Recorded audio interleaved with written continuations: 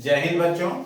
मैं आज फिर से आपके हिस्ट्री चैप्टर का, हिस्ट्री किताब का एक चैप्टर भूमंडलीकृत विश्व का बनना, इस टॉपिक में कुछ बातें हैं, कुछ मुख्य बिंदुएं हैं या कुछ मुख्य टॉपिक हैं, उस पर चर्चा करने के लिए इस वीडियो के माध्यम से आपके समक्ष उपस्थित हूं।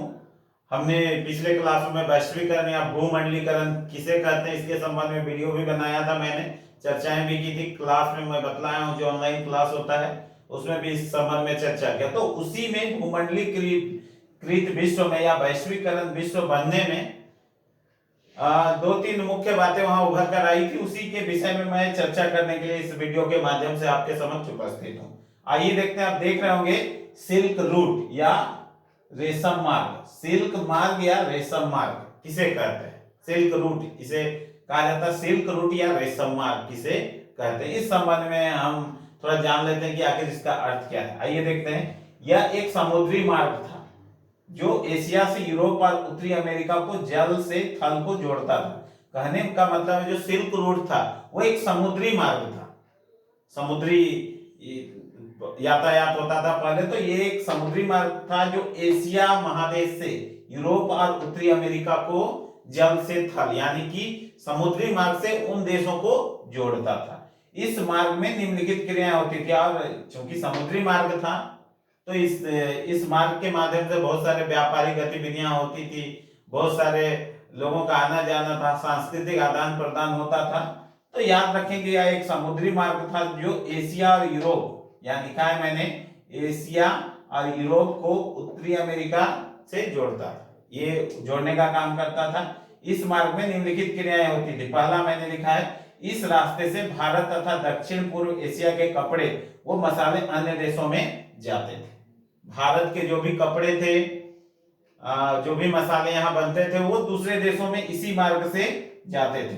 इसी रास्ते से सांस्कृतिक आदान प्रदान की प्रक्रिया चलती थी। जो सांस्कृतिक आदान, चाहे वेशभूषा हो, खान पान हो, रीति रिवाज हो, एक देश का दूसरे देश में जो ट्रांसफर हो रहा था, जो मतलब बदलाव आ रहा था संस्कृति में, ये भी इसी रूट के माध्यम से हो रहा था।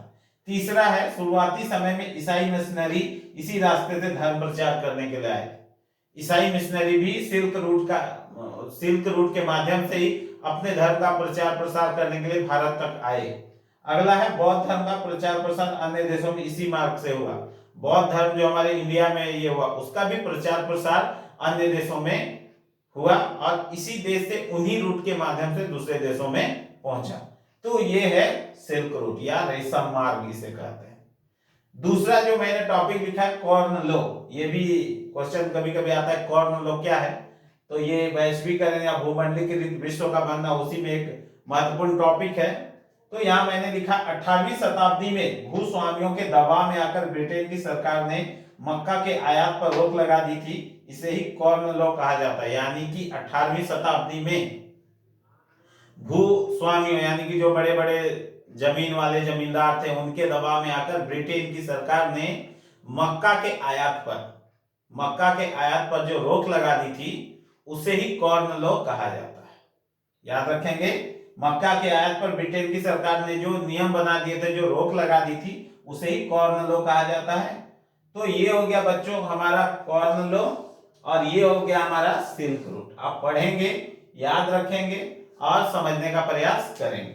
Thank you so much video देखने के लिए, और आप इसको देखिएगा अच्छा से और समझने का प्रयास कीजिएगा, क्योंकि ये टॉपिक महत्वपूर्ण है, इसीलिए मैंने बतलाने की कोशिश की और बतलाया।